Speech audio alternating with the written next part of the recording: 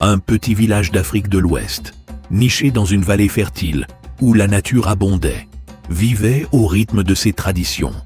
Chaque matin, le soleil effleurait doucement les huttes de terre cuite, réveillant les champs et les rivières, qui nourrissaient les familles depuis des générations.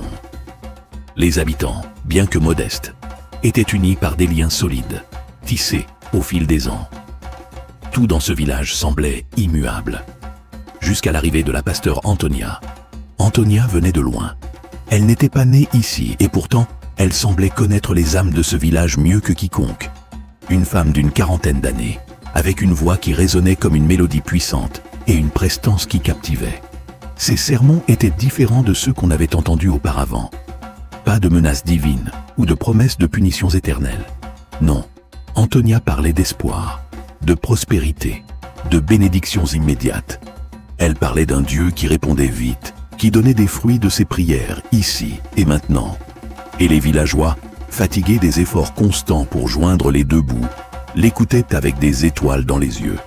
Après quelques mois de prêches assidus, elle introduisit un objet bien singulier, un miroir. Pas un miroir ordinaire, disait-elle. Ce miroir est une porte, un canal entre vous et les bénédictions que le Seigneur veut vous offrir, déclarait-elle un dimanche matin, brandissant un cadre finement orné. Elle expliqua que quiconque possédait ce miroir et l'utilisait correctement verrait ses vœux exaucés. Il suffirait de se tenir devant chaque matin, de formuler des souhaits sincères et d'y croire fermement. Les résultats, selon elle, seraient miraculeux. L'idée prit comme un feu de brousse. Les villageois, bien que prudents au début, furent bientôt submergés par des témoignages d'apparente réussite. Un fermier qui n'avait jamais connu autre chose qu'une récolte maigre déclara que ses champs s'étaient multipliés en abondance. Une femme qui souffrait depuis des années d'une maladie mystérieuse affirma avoir retrouvé sa vigueur. Ces histoires parcouraient le village à une vitesse fulgurante. Très vite, tous voulaient leur miroir. Bien sûr, ces miroirs avaient un coût. Un petit investissement, disait-elle, pour recevoir de grandes bénédictions. Et les villageois, désespérés de changer leur sort, vendaient leurs poules, échangeaient leurs récoltes, empruntaient auprès de leurs voisins pour avoir leur précieux miroir. Une fois qu'ils l'avaient, ils suivaient scrupuleusement les instructions d'Antonia. Chaque matin, avant l'aube, ils se tenaient devant leur miroir, les mains jointes, murmurant des vœux allant de la guérison à la richesse, de la paix familiale à des rêves plus grands encore. Mais ce que personne ne remarqua immédiatement, c'était que ces miracles avaient une étrange durée de vie. La récolte abondante du fermier se flétrit avant la fin de la saison. La femme, pleine d'énergie pendant une semaine, retomba dans la fatigue.